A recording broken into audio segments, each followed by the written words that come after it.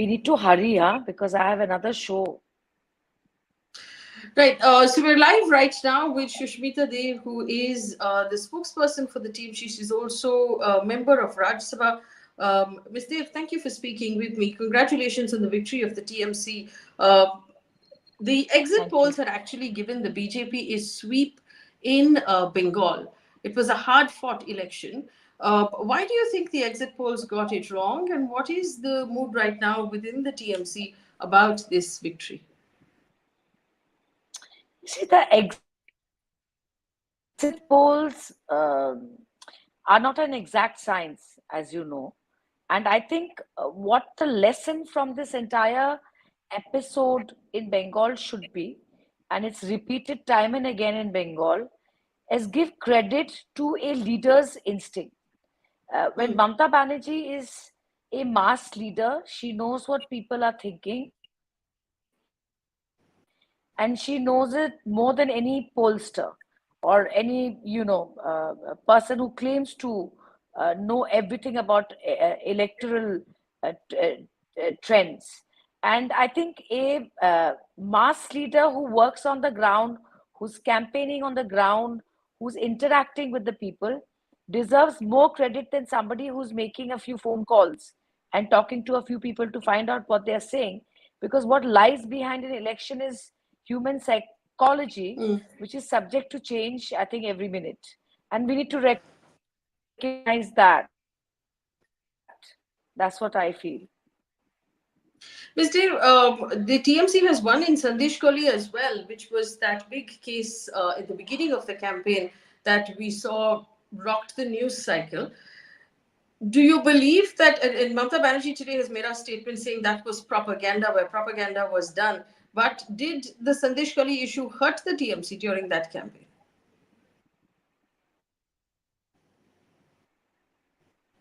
You see, Sandesh Khali was a malicious propaganda. But let me also put on record that Mamata Banerjee, CM of Bengal, never said that if there is something that is illegal or if a crime has happened, she is not going to condone it. You see, so I will not say that this happened or that happened or what actually happened is a subject of investigation. But the fact is to paint the entire state of Bengal in the same color and to say that the chief minister is a party to this, that's what didn't go down well. You see, we understand there's nothing as your rape versus my rape. There's nothing as a crime in your state versus my state. Wherever there's a crime, what is it you expect out of a leader and a chief minister? You expect them to make sure and ensure that the law takes its own course. And let's not forget that it's the Bengal police who made that arrest. And the only reason it was delayed was because of a high court order, which was not unequivocally saying what the Bengal police can do or can't do. And she repeatedly kept saying it. So she is not saying that there is absolutely no crime in Bengal. There's no state which can say that there's no crime.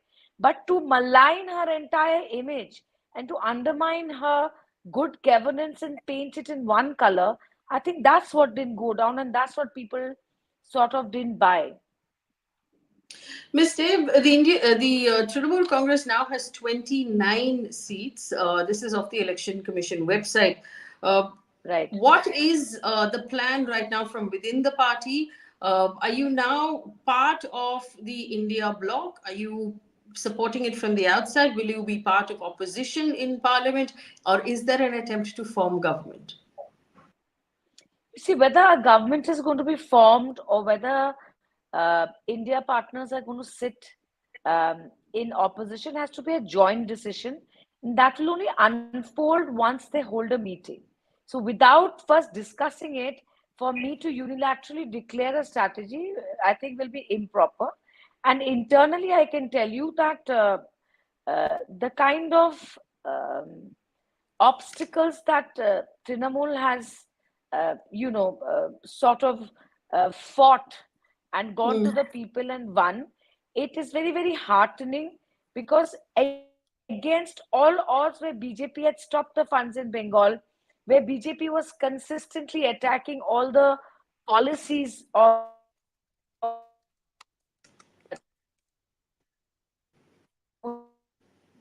those are the odds that she fought, and people came through for her. You see, people, you cannot undermine the power of the people. You see, it you are a malicious media propaganda cannot change the minds of the people, and that's the message from Bengal. Communal politics failed in Bengal. It failed in all over India. Today, for BJP to lose, there's a message.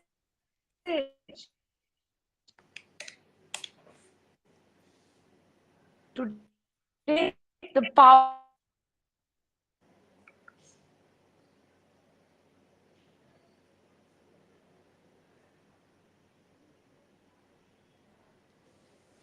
We seem to be having some trouble with the connection. Shushmita is currently in Assam, from what I understand, and it's the middle of the monsoon, and so the internet is not as strong as we would like it to be. We're going to try and see if we can get her back.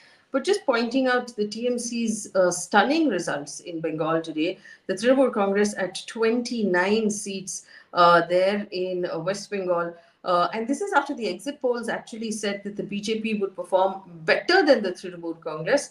Um, on the ground in the Trinamool Congress, I remember overcoming the Sandesh Kali issue. A lot of the opposition politicians are talking about the challenges they had to face during this entire campaign, and the fact that the communal angle did not work. We're going to try and also get Supriya Sheth of the Congress Party, who's going to join us in a bit. A quick recap of what's happening within the Congress Party. Rahul Gandhi has made a statement where he says, "We are going to have a meeting of our partners tomorrow. These questions will be raised and answered," he said in his press conference. He basically said that the India bloc will take a call on Wednesday on approaching former partners. By former partners, one assumes it includes Nitish Kumar, it includes Chandrababu Naidu, and apparently some of the people who are currently with the NDA.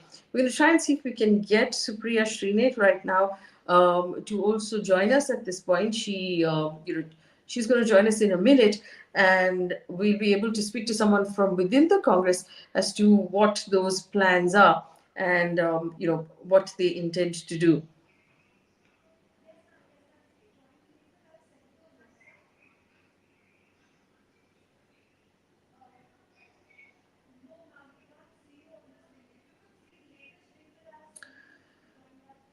So, just taking a look at the numbers, the Congress, as per the election website, the Election Commission website, is at 99. The Bharatiya Janata Party is at 240.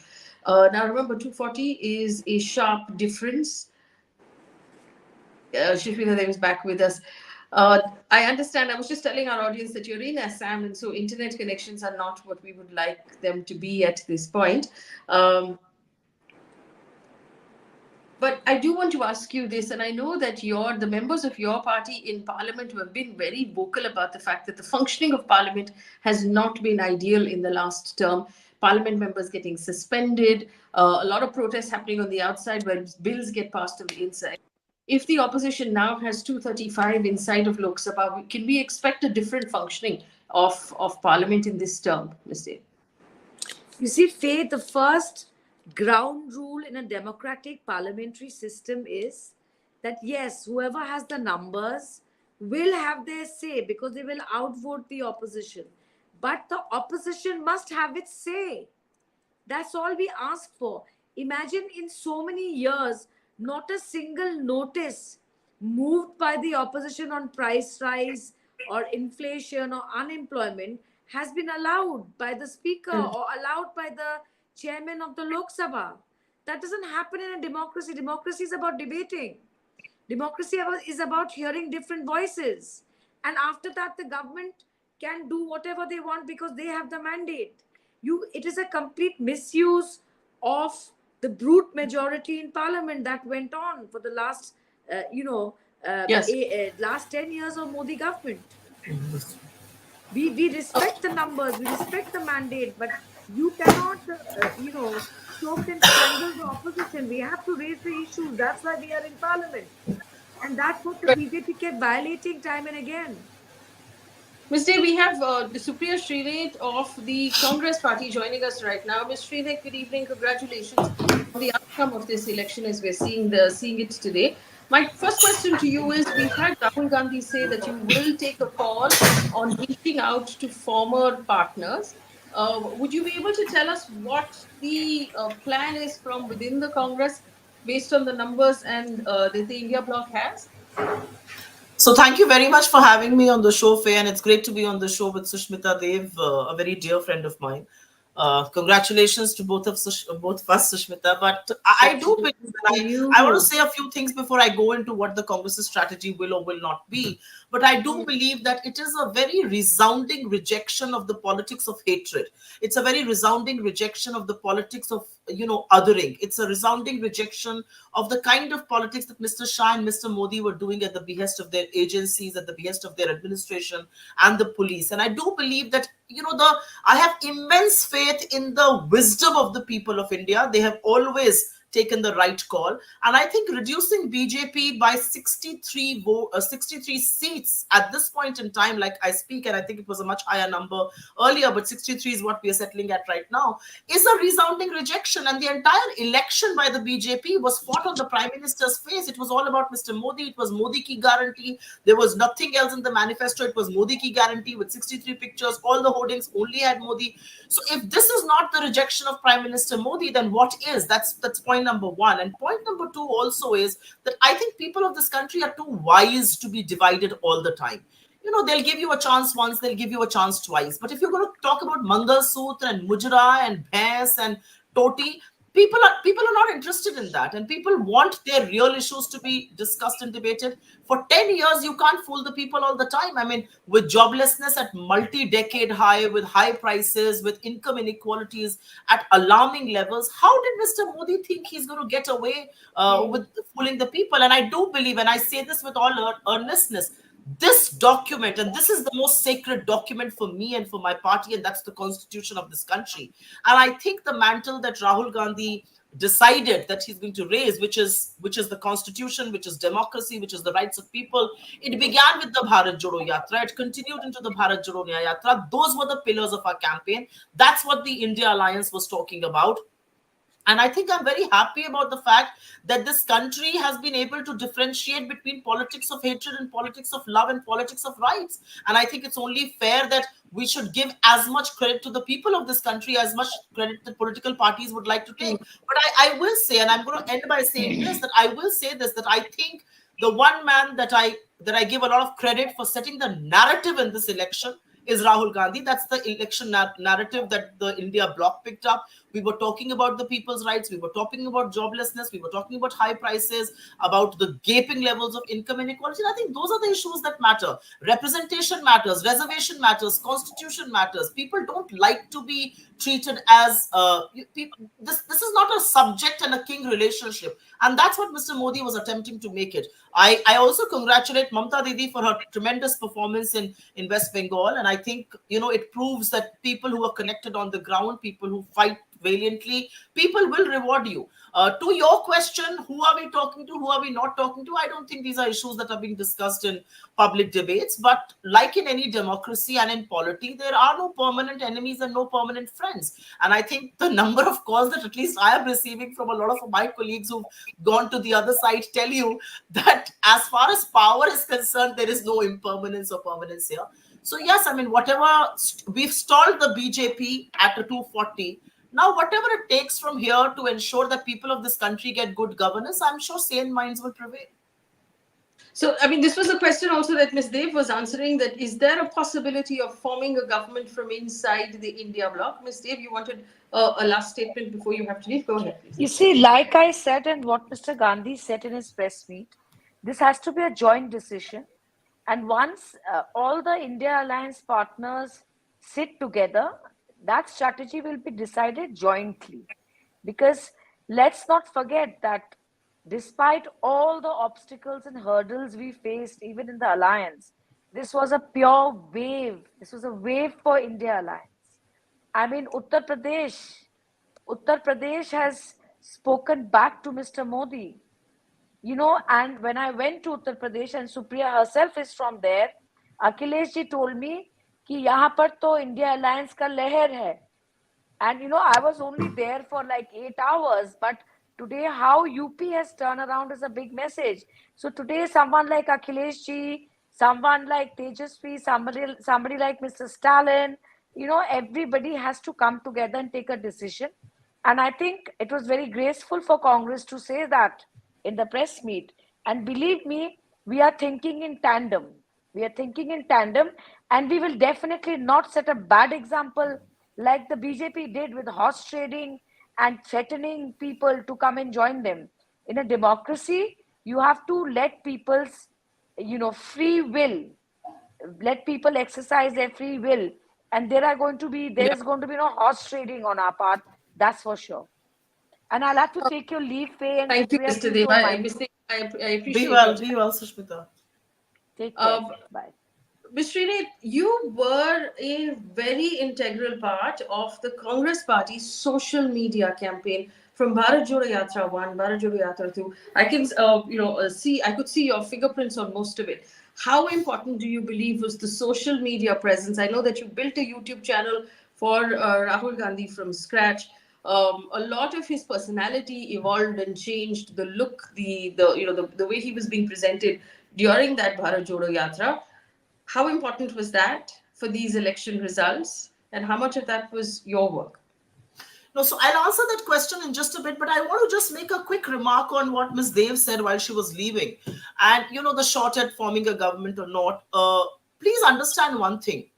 The allies of the BJP are not natural allies. Their natural allies were perhaps the Shiromani Akali Dal or the Shiv Sena. Now, everybody realizes that if you align with the BJP, there are two or three things that happen. A, they finish you first because they want to take control. Or you give them a foot in the door and they're going to ask for the whole space. So the allies realize that, and their allies have been at the receiving end of it, both the Sena, both the Akali Dal, and even the JDU to an extent. I also believe that some of their allies, and actually most of their allies, are cemented together because of the whole pressure from ED, CBI, income tax, and agencies like that, because of a certain amount of pressure and coaxing. So at some level, I think, even the allies would want to breathe easy. Even the allies would want to, do politics way they want to. So I'm not so sure of how comfortable they would be with the Mr. Modi. I'm also not so sure how comfortable the RSS is with Mr. Modi, especially with seats reduced to 240. I mean, he's known to be quite a tyrant even within that circle. So I'm going to keep my comments reserved on that. But to answer your question, I do believe that I think the social media campaign did a good job. We did a good campaign. We ran a tight campaign. We don't have the kind of money that the BJP did. But I don't think I'm going to take all the credit. I have an incredible team. There is a very, very good communications team that works with Rahul ji. There's a good communication team that works with Priyanka ji. Same for the Congress president. We all work together. We all brainstorm together. We were very certain about one thing, Faye. This election, we wanted to make it about the people. The people of this country had to be heard. So even if you saw our timelines, if you saw our videos, they were not about our leaders. Our hoardings did not have 3/4 of Rahul ji or Kharge ji's pictures and 1/4, the common man lurking somewhere. We were overwhelmingly common man, and in a corner somewhere our leaders. And I think that's the approach we take. We put people first. And we were very clear we would like to do that. We had great support, and I must mention I had great support from our communications head, Jairam ji. Priyanka ji was involved. She has a real eye for color and details, and she likes to get into these things. But the campaign was very simple because we didn't have to find a story. We were telling the story as we saw. We were telling people, or we were putting out on social media things as they were happening, as they were transpiring.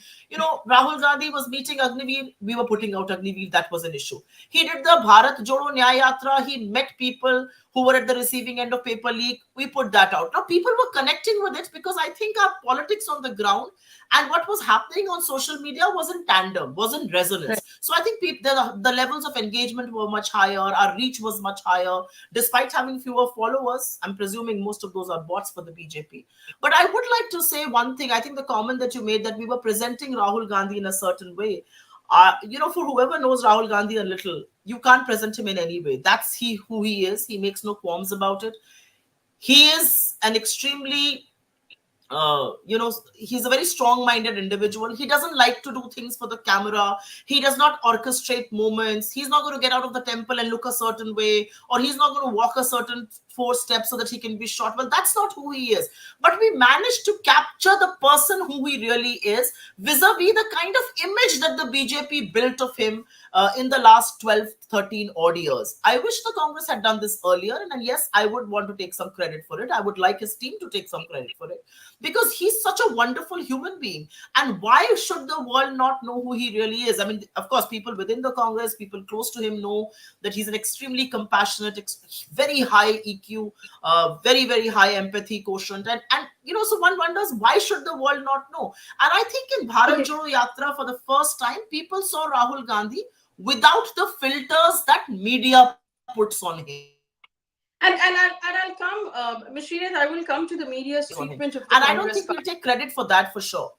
Okay. But I do want to ask you this, and this is going to be a big question. As of last night, we had Mallikarjun Kharge putting out statements, sort of asking the bureaucracy to stay away from any sort of hanky-panky with the counting. There was a concern there that maybe the EVMs are still under question. Today, everybody is going to say, okay, so now that you've got perhaps a nicer result that you expected, you don't have a problem with the EVM anymore. Were you going to only complain if it was, if it didn't go in your favor? So what is the Congress's official stand as far as the EVMs are concerned right now?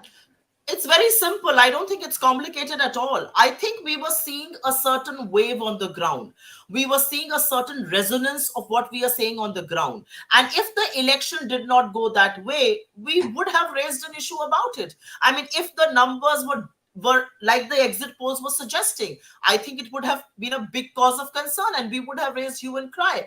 I do believe we could have done a little better than we did, but it's gone along the way we thought it would, and so it's all right. But I am not going to here say that, we don't have a problem with EVM today. In a democracy, even if one person rises and says that I don't have faith in the EVM, I think it's up to the political class and the institutions responsible to restore that faith, to restore faith in a democracy. How can the Election Commission be issuing one after the other notices to every political leader in this country, but not a single notice to Prime Minister for Mujra, not a single notice to the Prime Minister for Ghuspaitiya, not a single notice to the Prime Minister for Zada Bacche jo paida karte? I mean, these are deeply divisive, these are hate speeches, but that's what Mr. Modi delivered. Actually, I should be calling him ex-Prime Minister by now. I also believe, and I will say this with all earnestness, even during the day, multiple times we approached the Election Commission because counting had stopped some places, machines were not working, people were not responding.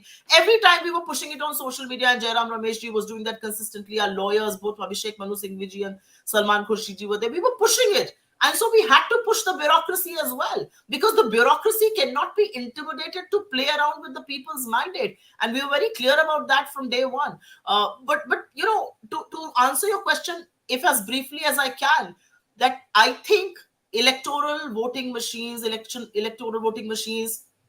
cause concern. People don't have implicit faith. And I think India needs to debate its viability, its usage, and there's no doubt about it. Ms. Srinath, I do want to ask you this. You did talk about the exit polls, and the exit polls were different from what you had expected on the ground. Is there a theory from within, the Congress party as to why the exit polls got it so wrong, and if there should be any accountability from the TV channels or the pollsters for having put out those numbers?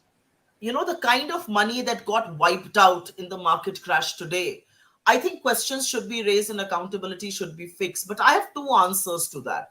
I think my first answer is that the role mainstream media, and mainstream media has a very important role to play in a democracy. It is for no rhyme or reason that it's called the fourth pillar of democracy anywhere in the world. And the fourth estate just abdicated its duty. They stopped questioning the government. They became cheerleaders. Mr. Modi did 85 interviews. In those interviews, he was talking about the K-shaped recovery, making fun of the poor. He was talking about, he was cracking vulgar jokes on opposition leaders. He was talking about Gandhi not being known before the Gandhi movie was made. But there was no cross questioning. Not a single question was, I mean, nobody retorted by saying, no, Mr. Prime Minister, Mr. Mohandas Karamchand Gandhi or Bapu or Father of the Nation was known much before the movie came in 1982. He inspired Nelson Mandela, and he inspired Martin Luther King Jr. And this is what Einstein said about him. Nobody did that. Nobody said that, it's a cheap joke to crack when we are saying K-shaped recovery, to say sabko garib kar de. I think this is what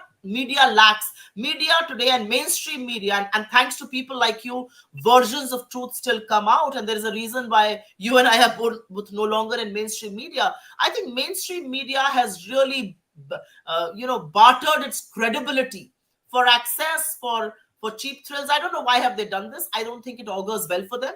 And so for the pollsters, I mean, there were pollsters that were giving Mr. Modi alone 410 seats. Where are they today? What is the accountability? You let markets ride on that wave for one day and the election turns the other way. 45 lakh crore is wiped out from the market.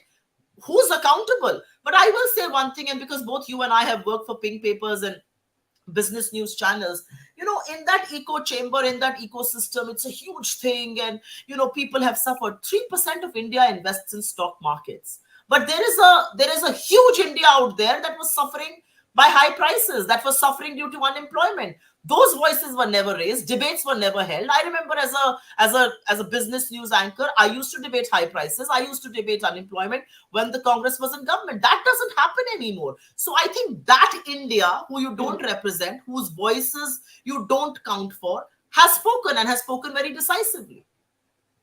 Srinit, it's possible, and I mentioned earlier that Rahul Gandhi was talking about speaking again to former allies. And I have just a technical question. If we're considering Nitish Kumar and Chandrababu Naidu with Tejasvi Yadav and Jagan already in the alliance, does that become an uncomfortable sort of, squeeze into that house? Is that possible? Yes. No, just a quick clarification. Tejasvi, of course, is one of our solid and one of our pillar allies, but Jagan is no ally of the Congress or the India Gathbandhan. He fought separately. He was an independent party, and they were an independent entity. They're not our allies. And, in the realm of polity, you never know what happens. In the realm of polity, people talk to each other all the time. I mean, these guys go back many, many years, from our leadership to their leadership. You never know what the conversations are. A lot of them may perhaps feel a little throttled with the BJP and may want to, feel less throttled or more independent by being on the other side. So I don't know what will happen. But if people believe that democracy is in danger with Mr. Modi and his government, people will make wise choices. Let's wait and watch. Well, Nitish Kumar has been offered deputy prime minister, from what I understand. Does this mean that Rahul Gandhi? That's a social media. That's a social media post, and I am going to reject it outrightly at just that. If it's possible for the India bloc to form a government by cobbling together the numbers that you need, how stable would that be? And is Rahul Gandhi the prime ministerial candidate in that, or the prime ministerial phase? I don't doubt its stability at all, because UPA had 22 partners. It was one of the most successful governments. UPA ensured highest rate of growth. It ensured 27 crore people walking out of poverty. It ensured a rights-based regime, from right to education, to right to information, to right to food, to right to work under Maganrega. So I do believe that, the stability of the government can never be in question. And yes, I think the Congress is the largest party in this coalition. The Congress is the fulcrum of this coalition, and there is no denying the fact that we've played a very big role. We've played the role of getting people along. We've played the role of being that glue that binds everybody together, even at the cost of sometimes upsetting our local leadership. We've given away seats just to keep the bloc intact. And I think it was the wise thing to do when we did it. It's still, if we had to do it all over again, this is what we will do. As far as Rahul Gandhi's prime ministership is concerned, I do believe that a man like him should head this country. I have seen him at very close quarters. He's an extremely sharp man, very intuitive. He understands economy. He understands large sections of polity. He understands Indian society. He stands for issues that Indian people need to be represented by. I mean, he's cautioned this government multiple times, and to their discredit they never heard. He cautioned this government on the tsunami of corona. Mr. Modi did not hear. He did Namaste Trump. Look at the price we paid. He cautioned this government on safety via vaccines. He cautioned this government on joblessness, on the economic ruin that was going to happen. He cautioned this government on China. So I think a man as fearless and somebody who walks with the the courage of his convictions, why not? I would love for him to lead this country. And I think India under him will be a very different country. It will be a country where there is high empathy, there is love, and people believe that they are partners in governance and they're not king and their subjects. That's what Mr. Modi has done to this country in the last 10 years. Just pointing out that Mr. Modi is currently holding, he's currently making statements, and he has said that this is a big win for both himself and for the country. But I want to ask you this, though. Through the course of the last one term and coming closer to the elections, the Congress lost a lot of its old hands who decided to switch to the BJP. People, for example, like Ashok Chavan from Maharashtra, who decided, Baba Siddiqui, really old hands who we've all considered really being part of the infrastructure of the Congress. Having lost these voices now, and you're a young, energetic person as a member of the Congress, is this a different Congress party than it used to be maybe 6 to 10 years ago? And what kind of, and when you form let's assume you form opposition, what kind of opposition will the Congress be able to provide to the country and to Parliament with these larger numbers and with this sort of renewed vigor that you have? So I will answer your first question about the Congress being different. With all due respect to everybody who has contributed to the Congress in a big way and is no longer with us and is on the other side, I have this to say, that if you could desert the ship that made you who you are at its toughest time, it reflects on you and not on the party. I do believe that the victory in I.N.D.I.A for the Congress, where Mr. Ashok Chavan comes from, or the victory of Varshatai in Mumbai, and in fact doing 5 out of 6 in Mumbai for the MVA, is a big stamp of approval that people don't like this politics. People like ideological inclinations. If you are with the Congress, stay with the Congress. This jumping ship for some petty political gains or to settle your cases or for a few a few seats here and there doesn't work. And I think especially Maharashtra, your state, has definitely proven that. I do believe that the new Congress, and if I may be a little, I don't think the word is arrogant, but if I can be a little smug, I think spring cleaning of the Congress was long overdue, and I do believe that spring cleaning has happened. I think some of us who are young have been given a lot of opportunities and responsibilities. I think it's a younger Congress. I think it's a more aligned Congress with the vision of our leadership. We believe in what we are doing, and I think it's a more agile Congress. It's a Congress that's not willing to be defensive. It's a Congress that's willing to go out there and attack. And I think it's a far more fearless Congress than it was, say, 5 years ago. And that's because people who doubted the vision, people who raised questions, people who were not clear about their ideology no longer exist with us. And I think we are fine without them than with them. And especially winning in their bastions feels very good. To answer your other question, how decisive an opposition will the Congress or the India Alliance be? I think with 232 on the board, if we sit in the opposition, we will be a very responsible, constructive, and a decisive opposition. Even with fewer numbers, we had held Mr. Modi accountable to the extent that he had to disqualify Rahul Gandhi from parliament. We had held the government accountable that they had to withdraw the 3 black laws, anti-farmer laws. I think if we sit in the opposition, we'll be a constructive, very, very responsible opposition. We will hold the government of the day accountable to people of this country. But who knows? Maybe we'll be in the treasury benches. Well, I asked you that question. You didn't answer it for me. But will you be in the treasury benches, and how will that happen? I suppose. Who knows? In politics, you never know. I mean, you never know. You never know how many of those guys want to stay around with Mr. Modi, who wants to come here, who's talking to whom, who's going to switch numbers. We don't know.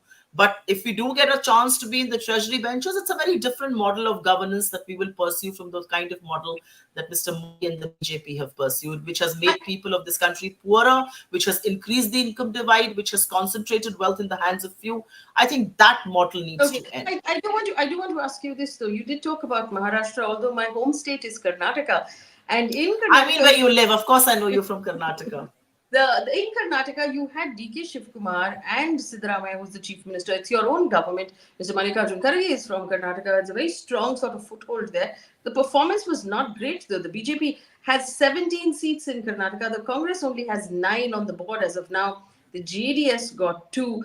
What happened in Karnataka? In spite of the guarantees, in spite of the campaign and the power that you have, why was the performance not what you expected it to be? I think I would have liked, with 9, I would have liked 4 more on the board. I think we've definitely increased our tally from 2019. I think expectations from Karnataka were far more, because it's a government, it's a state where we are in government. Our guarantees have worked on the ground and we were hoping for a much better result. I think we were expecting about 13 to 15 on that count. We're disappointed. But if you look at it from a 2019 tally, it's gone up substantially. Could it have been better? Yes, it could have been better. It's a state where we've delivered. It's a state which believes in us. It's a state where people have voted us indecisively. I think maybe sometimes when we're in government, do we get complacent? I don't know. Maybe that. But Karnataka could have been better. It has done very well vis-a-vis 2019, and there's no doubt about it.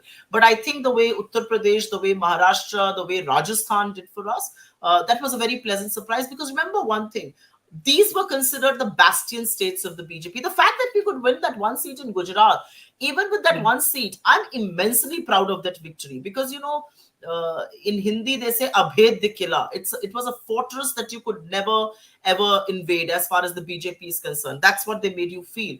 But winning that one seat in Gujarat and coming very close to winning the second seat, which we unfortunately couldn't eventually, Anand, I think it gives me a lot of confidence. But the other fortress for you is Delhi. 7 out of 7 for the BJP in Delhi.